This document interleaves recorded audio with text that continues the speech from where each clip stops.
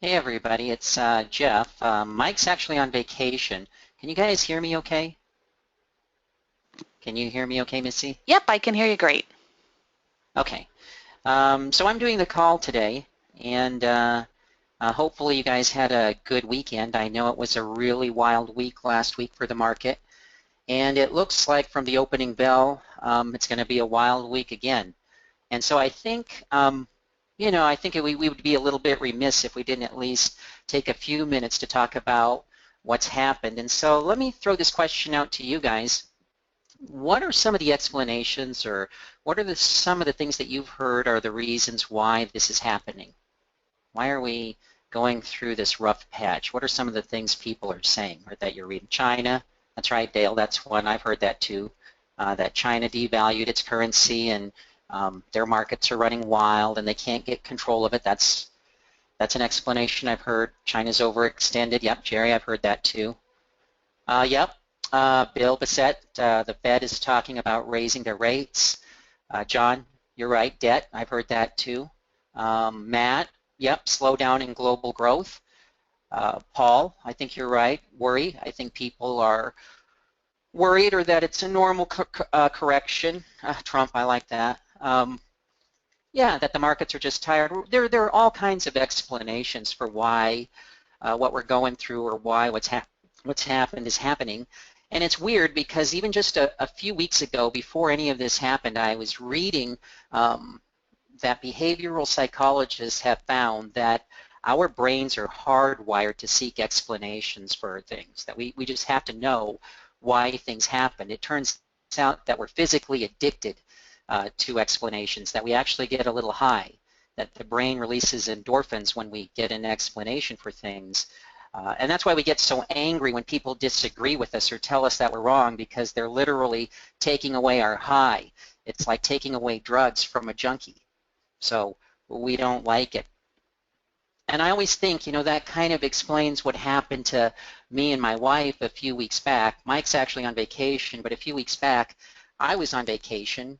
My wife and I, we were going to this conference in Chicago, and Chicago's not that far from Rochester. So we were driving, and I'm sure this has happened to a lot of you on the call. We're driving, we're going 60, 70 miles per hour, when all of a sudden, somewhere in the middle of Wisconsin, traffic just comes to this grinding halt. All of a sudden, it goes from going 70 to about 10 and then 5 miles per hour. And as we're kind of inching through this traffic, we're thinking to ourselves, there must be an accident on up ahead, or must be road construction somewhere up there. So for about 30, 40 minutes, we're just inching along at about 5 miles per hour. And after about, like I said, about 40 minutes of this, all of a sudden traffic just picks up again to where we're going 50, 60, 70 miles per hour, no accident, no construction. And so now we're pissed off because we've been in this stop and go traffic for 30, 40 minutes, and now it turns out that we're doubly pissed off because we didn't get our explanation. We didn't get our endorphin high. So kind of makes sense now why we were so angry the rest of the way to Chicago. And so today, what I thought I would do is I would kind of talk about a news story or an alternative story or an alternative explanation for why things like last week and things like what we're probably going to experience this week happens. And the reason I kind of want to give you this news story is that sometimes the old stories don't work or they feel incomplete somehow. And so sometimes I think what we need is a better story. And whether or not this is a better story, that's for you guys to decide. But what I can tell you is this is the story that over the last couple years has really gained a lot of traction, that is really being looked at seriously. Now, let me give you a little bit of background about this new story. It's technical, and there's a lot of economic theory. And because of that, sometimes the story can be difficult on my end to tell, but it can also be difficult on your end to grasp. And so all I'm really going to do today, there's a lot more to this story than I'm going to lay out over the next 40 or 50 minutes that we have together. And so my goal is just to kind of lay a foundation so that you have something to kind of build on. again, it's going to get a little bit technical. I think I've edited out most of the math. But if you hang in there through the technical economic theory, I think you'll end up with something that will make you a better planner as you sit and talk with people about their retirement. So what I'd like to do today is, and let me see if I can move these slides, talk about three things. I want to look at the speed of light. I want to look at something called spoofing, and then I want to look at sand piles. And I want to look at how these three things are connected not only to each other, but also connected to what we do as planners sitting down and talking to people about their investments and their retirement. And then what I want to do is look at a thought-provoking question that all of these things kind of raise or bring to the surface. And then finally, at the end of the call, I want to talk about two things we think about and use in our day-to-day practices going forward. Sound good? So we'll just go ahead and jump in. Let's talk about the speed of light. I don't know why, but any chance anybody just happens to know the speed of light? Anybody know what it is?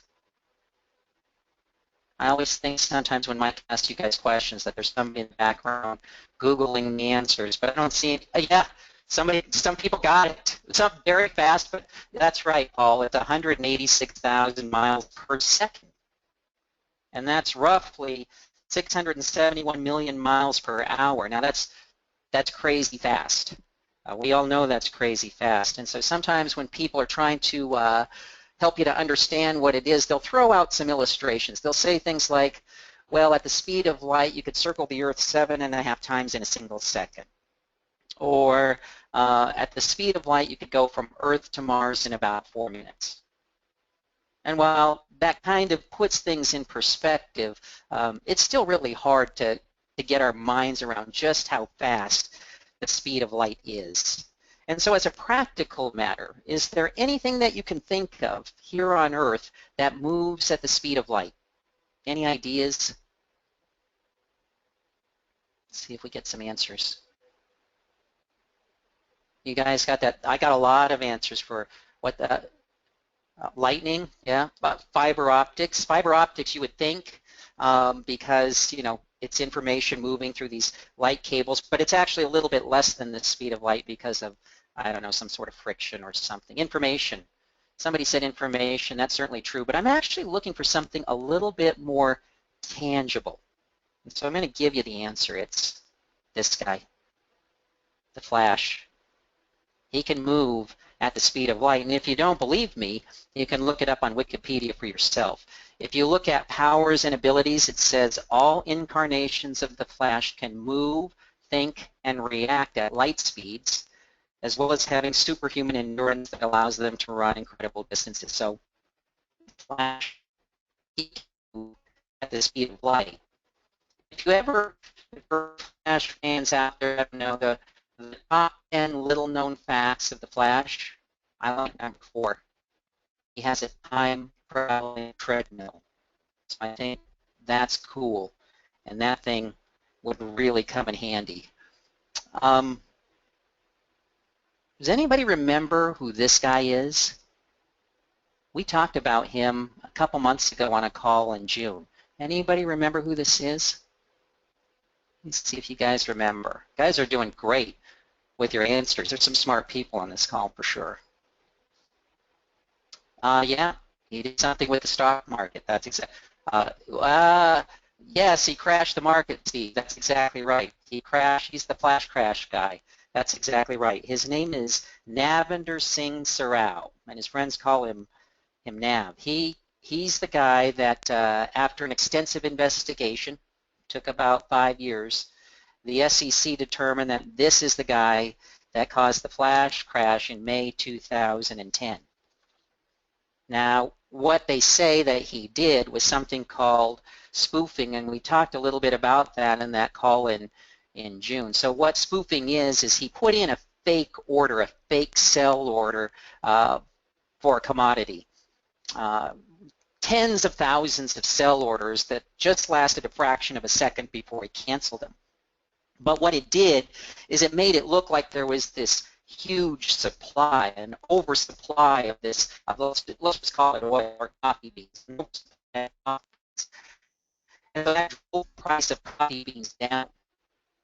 And then when the price of coffee beans went down, he would jump in and buy them at that lower price, and then put in this fake order, tens of thousands of orders to sell coffee beans or to buy coffee beans, which would drive the price up, and then he would go ahead and sell them at the higher price. So he would buy low and sell high by manipulating the supply and demand artificially. Okay, we talked about that a little bit, so I'm not going to explain that anymore. And so this guy's in a lot of trouble. The SEC says he caused that flash crash in 2010.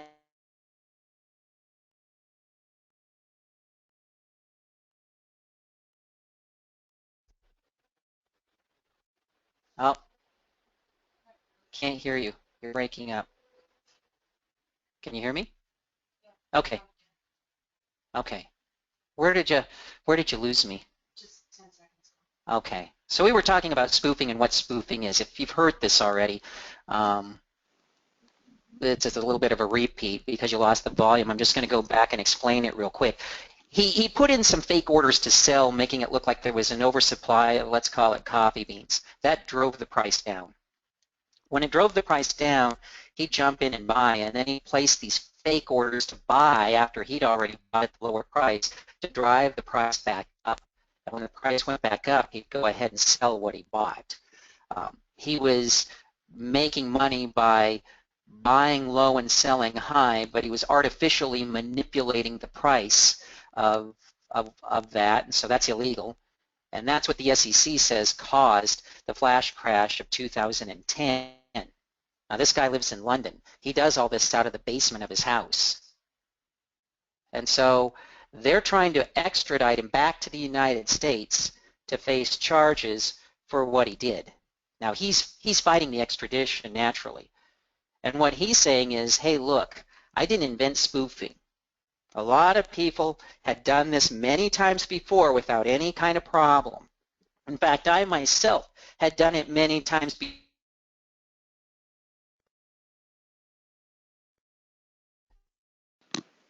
Hey Jeff, we've lost you again. I'm going to give you my headset. Jeff? Okay.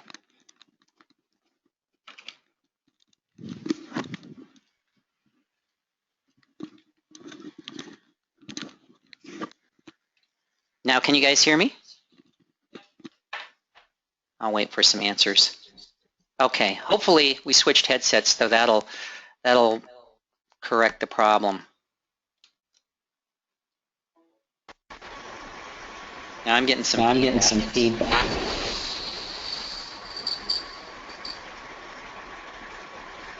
Let's put this back. Okay.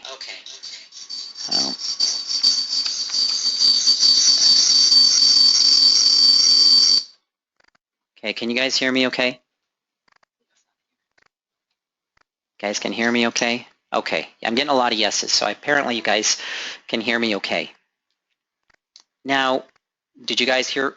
This guy's being extradited. He lives in London. He does all this out of the basement of his house. He's being extradited to face charges for what he did back to the United States, and naturally, he's fighting that extradition. What this guy is saying is, I did not cause that flash crash. There's no way I did that. People had been spoofing long before me, and there weren't any flash crashes. I'd spoofed myself many times before, didn't cause that kind of problem. And there are other people that have been spoofing since that time that didn't raise these kind of alarm bells or cause that kind of problem. But if we just kind of accept for the time being at face value the idea that he did in fact cause this flash crash, it would raise a really interesting question. And that question would be, why did this particular spoofing incident trigger this particular market crash? And at the end of this call, we should all be able to answer that question. Now, to answer that question, we're going to have to take a look at sand piles. And this is where it gets a little bit complicated, so hang in there with me. We're all familiar with sand piles. I'm sure as kids, we all took a bucket of sand, we turned it upside down, and we just kept piling sand on that pile until finally, eventually, what happens? What happens to that sand pile when it gets to be too high? Yeah, it turns into an avalanche. It crashes. And so in 1987, there were 3 physicists. Their names were Per Bach, Chao Tang, and Kurt Weisenfeld. You don't need to remember those names, but these 3 physicists played the sand pile game in their lab at Brookhaven National Laboratory. Now, they didn't actually build sand piles. They wrote a computer program to do it so that they could look at tens of thousands of sand piles. And it wasn't that they were interested in sand piles so much. What they were interested in is something called non-equilibrium systems. We're going to take a look at what non-equilibrium systems are here as we go forward. But one of the questions they were interested in answering is, well, what's the typical size of an avalanche? We know that if this pile gets to be so high, it's going to come crashing down. What's the typical size, or at what point do we usually see an avalanche? And it was really interesting because after looking at literally tens, maybe even hundreds of thousands of sand piles, what they determined is there is no typical size of an avalanche.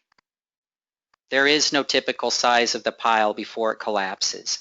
These piles are completely chaotic in their unpredictability. And so I want to take a look at a quote. To find out why such unpredictability would show up in their sand pile game, Bach and colleagues next played a trick with their computer.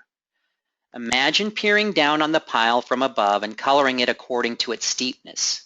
Where it is relatively flat and stable, color it green. Where steep and in avalanche terms ready to go, color it red. What do you see? They found that at the outset the pile looked mostly green, but that as the pile grew, the green became infiltrated with ever more red. With more grains, the scattering of red danger spots grew until a dense skeleton of instability ran through the pile. Here then was a clue to its peculiar behavior. A grain falling on a red spot can, by domino-like action, cause sliding at other nearby red spots. If the red network was sparse and all the trouble spots were well isolated from one from the other, then a single grain could only have limited repercussions. But when the red spots came to riddle the pile, the consequences of the next grain of sand became fiendishly unpredictable. It might trigger only a few tumblings, or it might instead set off a cataclysmic chain reaction involving millions of grains of sand. The sand pile seemed to have configured itself into a hypersensitive and peculiarly unstable condition in which the next falling grain could trigger a response of any size whatsoever. Now, let's just stop and pause and think about this for a second. The sand pile seems to just naturally organize itself into kind of a system where instability is just naturally a part of it. Now, if we look at real life, this idea of there being sort of a critical point where things seem to go wrong, that's nothing new to physicists. They actually call this the critical state. Now, you and I would call it the tipping point. I'm sure you've all heard the term the tipping point. It's that extreme point at which something triggers a change in the basic nature or character of an object. So what does that mean? That would be the point, for example, where, say, water turns to ice, where water goes from being a liquid to a solid. Or if you were to go the other way, it would be the point where water turns to steam, where it stops being a liquid and starts being a gas. That would be the tipping point or the critical state. And so the first key to understanding this new story that we're telling, this new story that kind of explains last week and this week and the story that's gaining traction, the key, or the first key to understanding this new story is this. In the sand pile game, this critical state or this tipping point just seems to arise naturally through the mindless sprinkling of grains of sand. You don't have to do anything to get to this tipping point. It just happens. It's just part of sand piles. It's in this DNA of sand piles. And it turns out that there are all kinds of systems in nature that are like this. We're very familiar with this. So like what? What other systems in nature are there that we see this sort of thing? Well, weather. Weather organizes itself this way. Weather seems to be in a perpetual state of tipping point. It's part of the DNA of weather. And so a very popular example, something you guys have, or a lot of you have heard of before, is something called the butterfly effect. It's said that a butterfly flapping its wings in Brazil can cause a tornado in Texas, that you can trace a tornado in Texas back to a butterfly flapping its wings in South America. Now, that's not literal, but the idea of it is true, and weathermen say it's because weather is interconnected, and it's interconnected in a way that it's kind of unstable. A little thing can cause a big catastrophe. What are some other things that do that? Viruses. Viruses organize themselves that way. Viruses seem to be in a perpetual state of tipping point. It's just part of the DNA of viruses, and that's why you see some viruses becoming an epidemic. In fact, if you ever read the book by Malcolm Gladwell, The Tipping Point, he talks about disease and viruses a lot and how they become epidemics. What's another system that does this? Paul. Yeah, Paul, you're right. We'll talk about that in a minute, but traffic. Traffic is another thing that seems to organize itself that way. Traffic is always in a perpetual state of tipping point. It's just part of the DNA of traffic. Here's another system that's like that, the stock market. Stock market seems to organize itself this way. The stock market seems to be in a perpetual state of tipping point. It's just natural. It's part of the DNA of the stock market. We're going to take a hard look at that here in just a minute. This surprisingly strange and unstable organization of non-equilibrium systems and the tipping point, it's widespread. I mean, we see it everywhere. And so again, the first part of our new story is that some systems are just in this perpetual state of tipping point. It's part of their DNA. Now here's where it's going to start to get a little bit technical. The second part of our new story is something called the power law. And wherever you see these sort of tipping point systems, you always find the power law. Now, I've kind of struggled with how do I explain the power law, because what you find is that sometimes the math explains things better than words could explain them.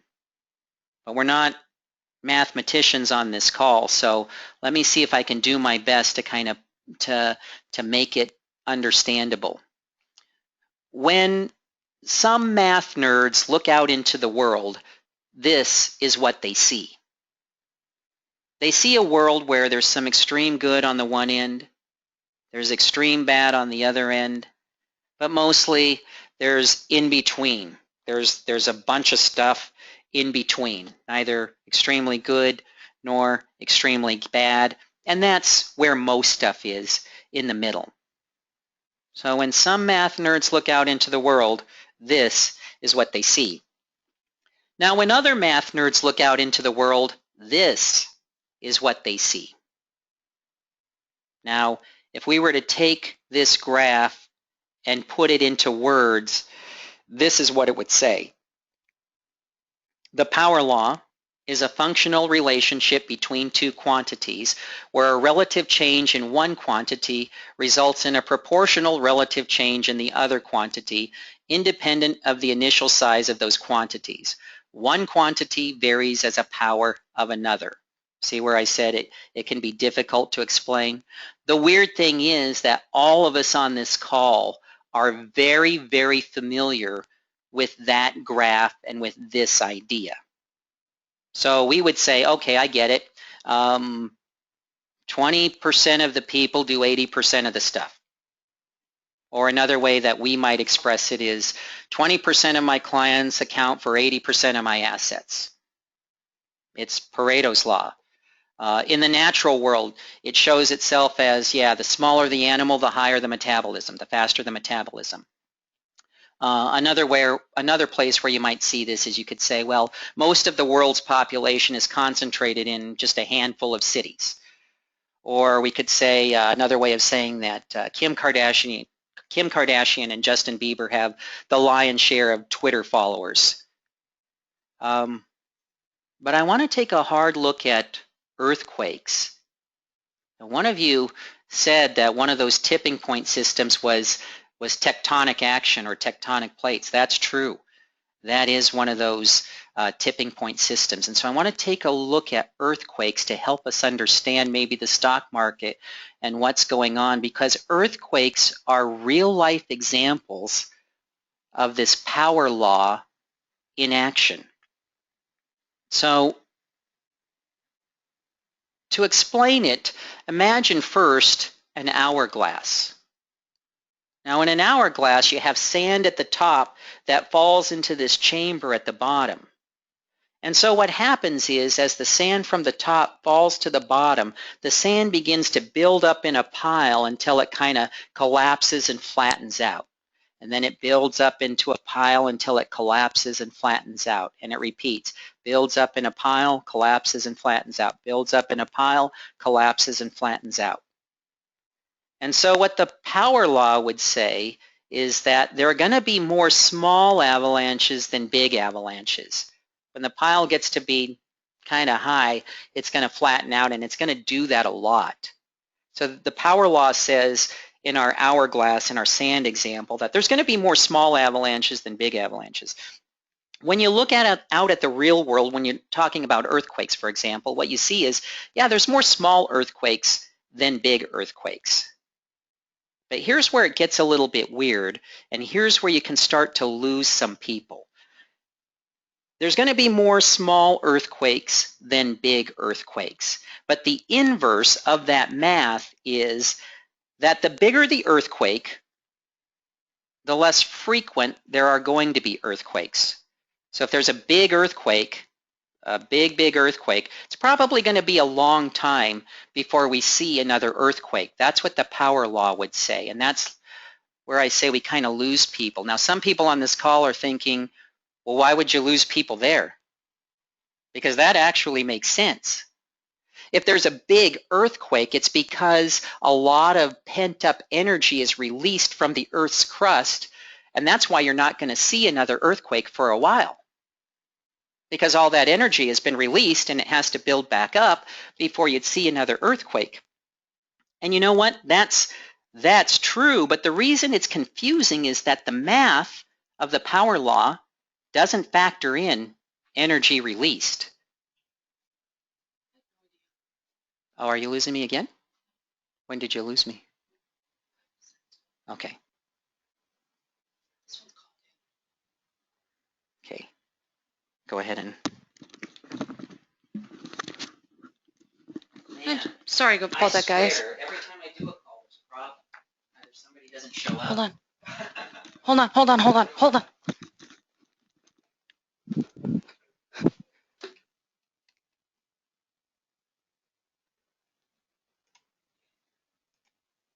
Now, go ahead, Jeff. Can you guys hear me okay? I think this is clear indication that these calls just miss Mike, huh? I guess so. Oh, you guys can hear me. Okay, now we can hear you. I was going to say, you know, every time I do this call, there's some technical difficulty. There was a time the guy didn't show up. He didn't get out of bed. I don't know if that's a technical difficulty. But there's always some technical difficulty. Let me back up because I'm not sure where I lost you guys, and this is an important part. We were talking about the hourglass and how when the sand builds up, there's going to be a lot of small avalanches, and that when that comes to earthquakes, there's always going to be more small earthquakes than big earthquakes. Did you guys hear that? Did you guys get that explanation? So let me see some answers. Yeah, we did. Okay. Yep.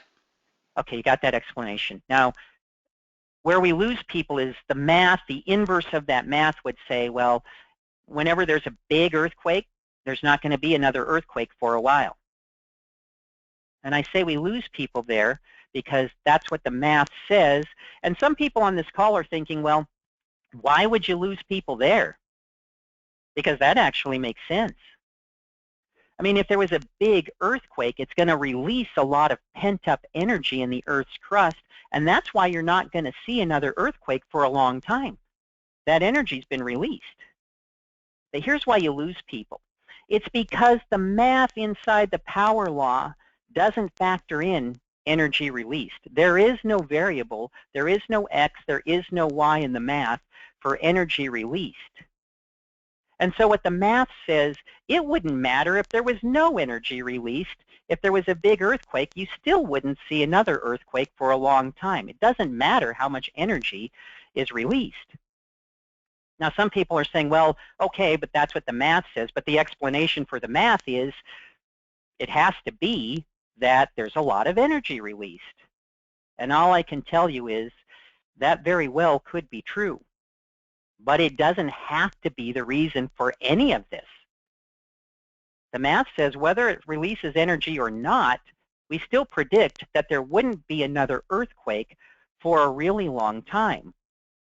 Now, let's go back to our sand piles.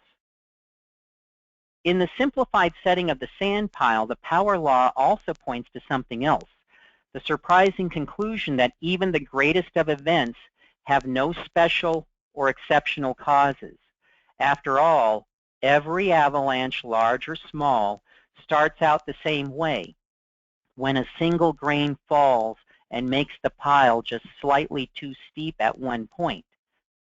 What makes one avalanche much larger than another has nothing to do with its original cause and nothing to do with some special situation in the pile just before it starts. Rather, it has to do with the perpetually unstable organization of the critical state, which makes it always possible for the next grain to trigger an avalanche of any size. Remember that traffic jam that my wife and I hit in the middle of Wisconsin? It turns out there was an explanation for what happened. At some point in time, along either that stretch of road or a stretch of road nearby, another car must have merged into traffic. Now see, that's what's weird. That's where it gets a little bit weird, because all it takes for there to be a traffic jam is one more car on the road. There doesn't have to be an accident. There doesn't have to be construction. There doesn't have to be rain. There doesn't have to be snow. And the weird thing is that car merging onto traffic and causing that slowdown or that stoppage could just as easily have merged into traffic without causing any kind of problems, having absolutely no effect.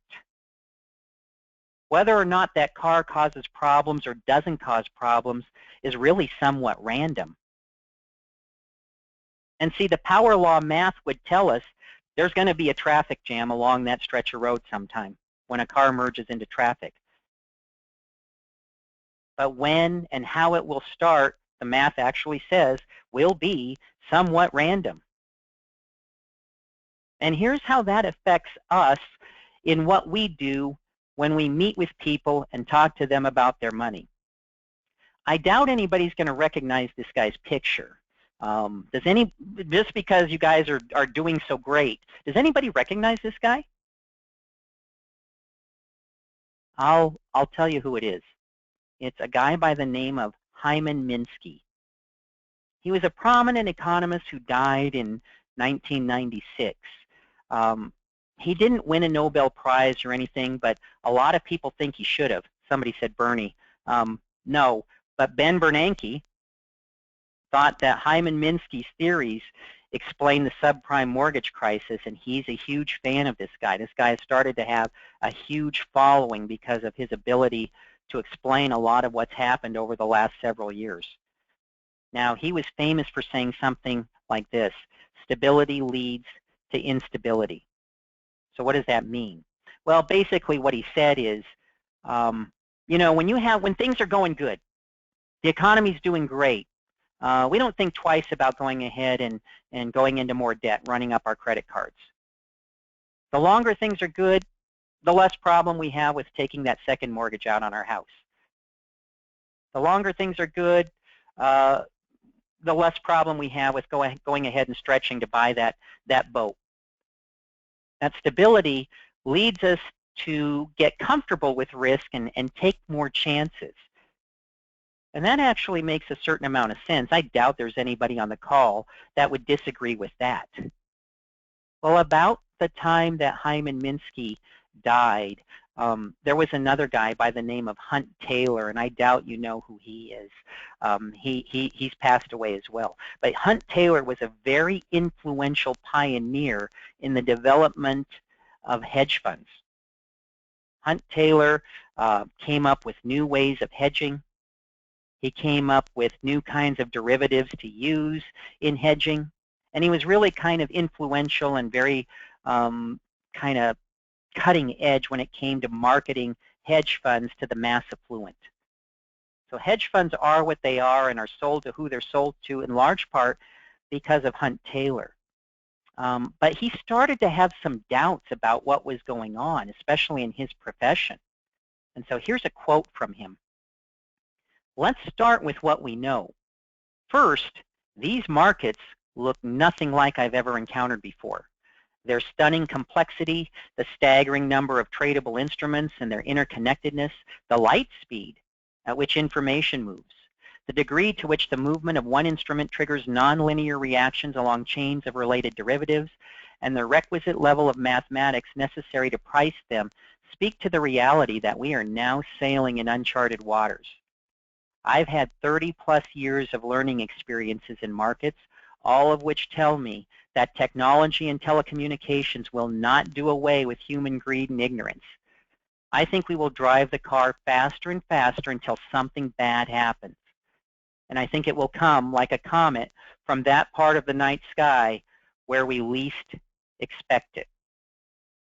Now, it's sadly ironic that he talked about driving the proverbial car faster and faster because he died in a car accident in 2006.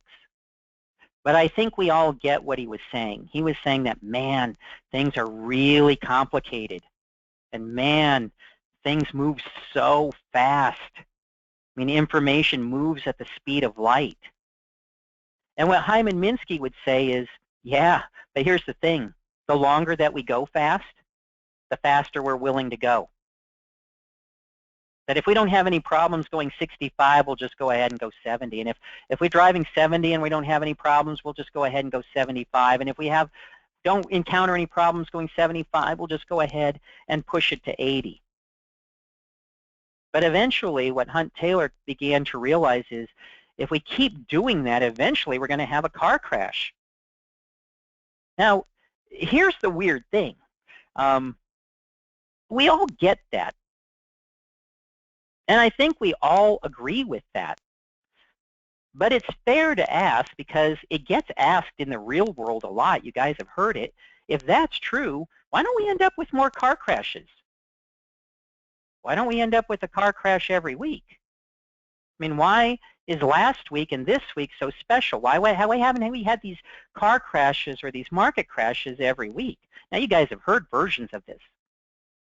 You've heard people in the news and smart people that comment on the market say, oh, it's a new world. You know, this is a new reality. This is a new economy. We're way more sophisticated and we're way more savvy. We have the ability to kind of navigate through these things. And you know what? To a certain extent, they're right. That's true. We don't end up with more car crashes or more often because this guy. Now, I doubt that you'll recognize his picture, but I'll bet a lot of you know the name. This is John Nash. He was a prominent mathematician. He actually died earlier this year. He struggled with schizophrenia through his life, and they took his struggles and told his story in the movie A Beautiful Mind. So a lot of you probably have seen the movie or know the story, so you know a little bit of John Nash. But John Nash was kind of this cutting-edge mathematician who really pioneered the study of game theory as a way to explain why and how people behave. And specifically, he's kind of credited with explaining something we call the Nash Equilibrium. Now, the Nash equilibrium, it's kind of hard to explain, which is weird because if you were to ask somebody to give you an example of the Nash equilibrium, almost always what they would give you is the stock market. The stock market is probably the biggest and grandest kind of example of the Nash equilibrium at work. And so knowing that the stock market is one giant Nash equilibrium, I went to Investopedia to see how they would explain it. We come up with something called stable disequilibrium, but let's look at Investopedia. I love the heading there. Investopedia explains the Nash equilibrium. So it says this concept is named after its inventor, John Nash, and is incorporated in multiple disciplines ranging from behavioral ecology to economics.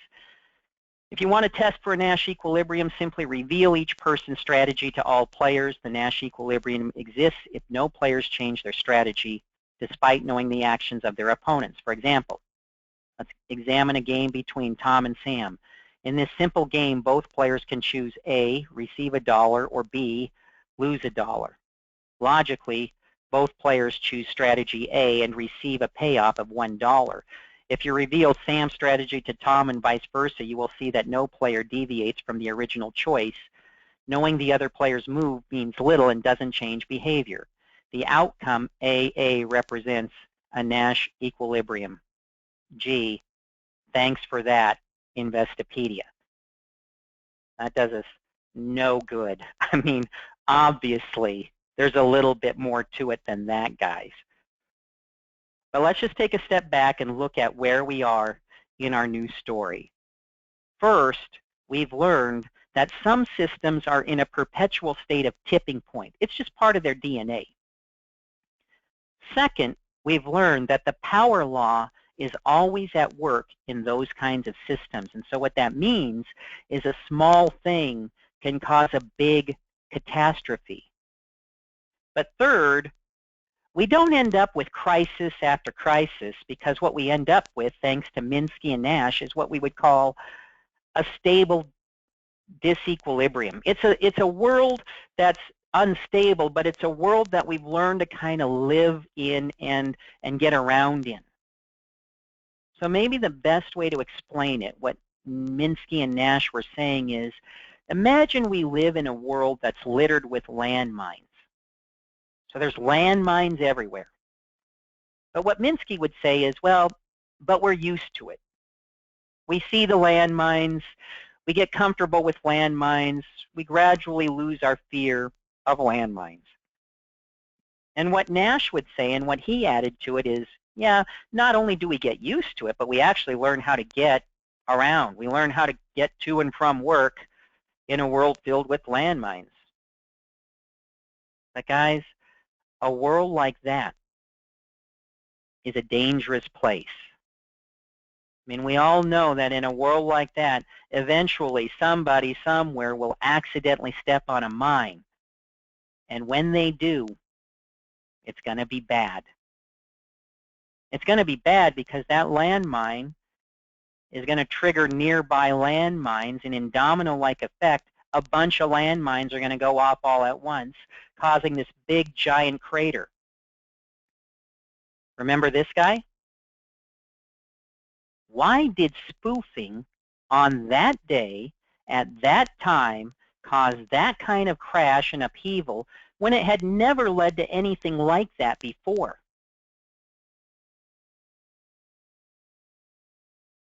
It's because a grain of sand just happened to land in the wrong spot at the wrong time. Now, on some level, the SEC is right. We can kind of look back and say, well, okay, spoofing is what triggered that whole thing. But on another level, Nat's right. Spoofing didn't cause the crash.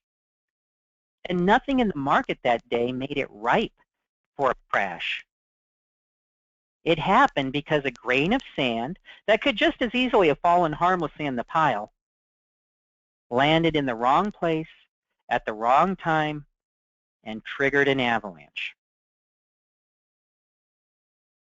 Do you see why you can't predict what will cause the next crash?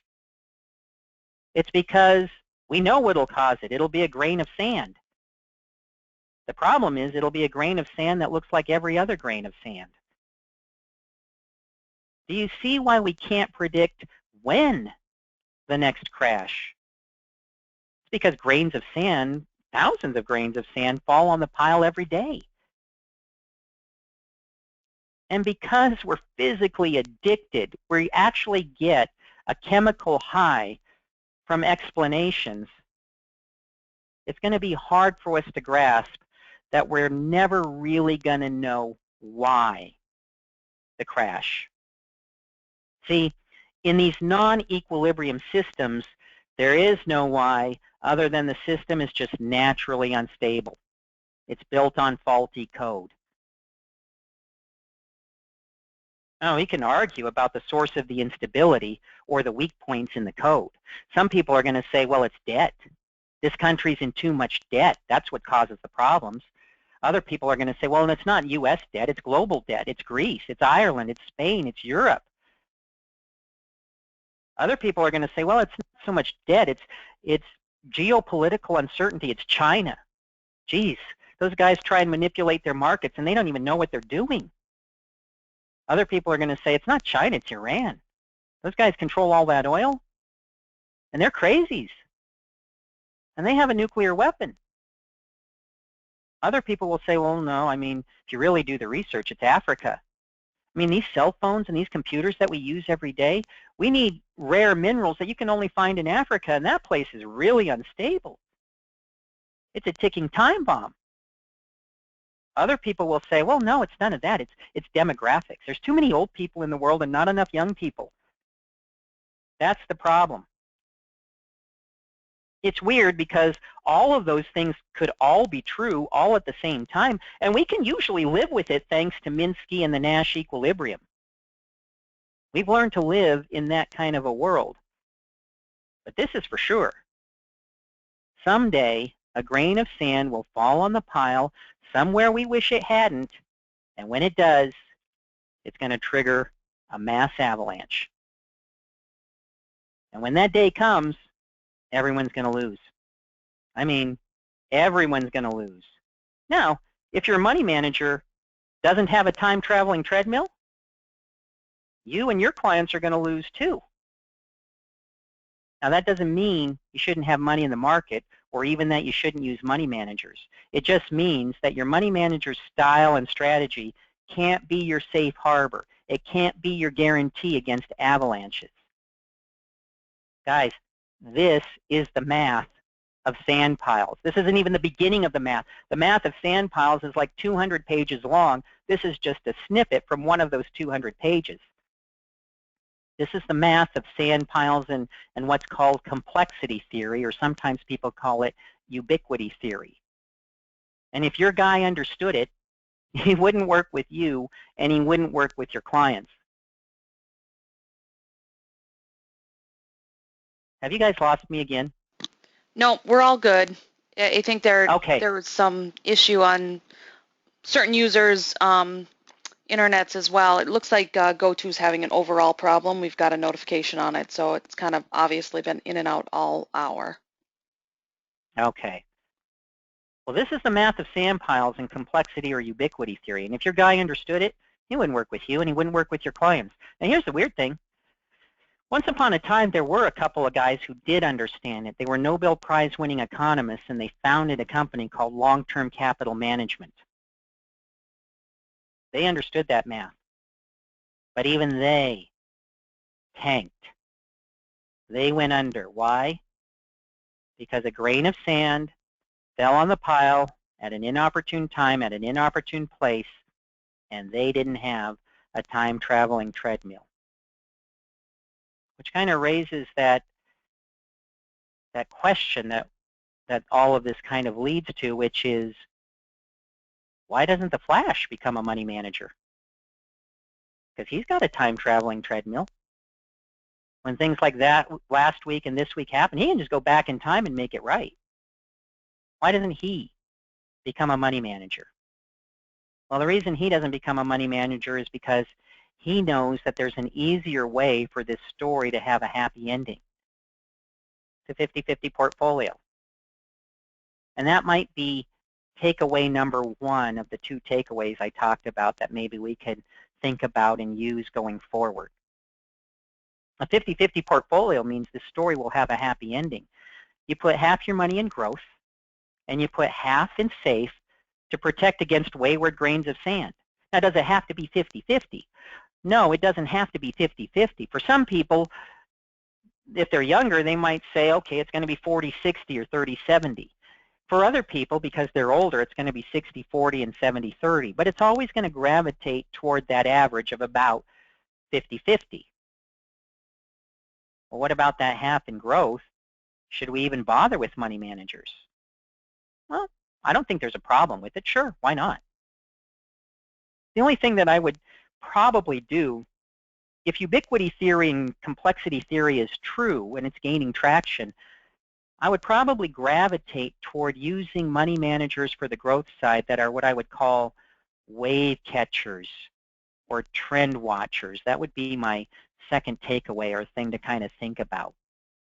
I would be leery of managers that try to limit losses. Because what happens when you try and limit losses is a lot of times you're hedging in a way that you end up limiting the upside gains in good times. And if those money managers don't have a time-traveling treadmill, they're going to lose when the market does what it's doing last week and this week as well. Now, they might lose less. But guys, that's a big might. And if you lived through 2001 and 2008, you know it doesn't help. Those of you that lived through it, how does it go over to tell your clients that they lost 33%, but that's 12% less than most people? It doesn't. It doesn't go over. And that's after spending all the previous months and years explaining why you made a little bit less than most people in the good years. If that's the position that you put yourself in, we saw this slide last week, you're going to be in one of those top categories for complaints. Strangely enough, there's an example of the power law. Most of the complaints happen with just a couple of the categories represent most of the complaints.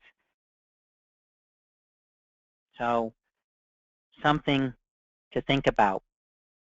What we've been doing today is kind of telling the story that's emerging from complexity theory, or like I said, sometimes it's called ubiquity theory.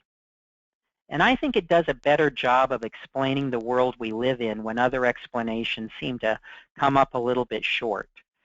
So we're kind of running out of time. If you're interested in learning more, you can always call me or email me and we can continue the conversation. I apologize for it cutting out. But there's also a book written by a guy by the name of Mark Buchanan. Mark Buchanan's a science journalist who's written a lot of books, but this one's really good. They're all good, but this one's really good. And it's called Ubiquity, Why Catastrophes Happen. So if you're interested in learning more about this information or this story or this complexity theory, I would highly encourage you to check out the book. With that, we're kind of at the end of our hour. Like I said, Mike's out of pocket. He's on vacation, but the rest of us at ECA and here at 5Q, we're in the office, so it's business as usual. If you guys need anything or you have any questions, feel free to give us a call. And again, I apologize for the technical difficulties, but hopefully, was this helpful? Let me ask you that. Was this helpful? Yep, I'm getting some yeses, so great. We will talk to you guys later this week. Let's hope that things kind of stabilize. I know you guys probably have some work to do. Make sure you're proactive too. When these things happen, make sure you're on the phone with your clients, talking to them and letting them know that you know what's going on and you're on top of it, and more importantly, that you care. Because don't wait for them to call you. Call them, be proactive. They just want to know. They know you know what's going on, but it helps to hear your voice saying, hey, I know what's going on. I'm thinking about you. That's why we put together the plan that we put together. So don't worry, I'm on it. We're going to make it through this thing together. All right. Thanks, guys. Have a great week, and I will be talking to some of you this week. Talk to you later.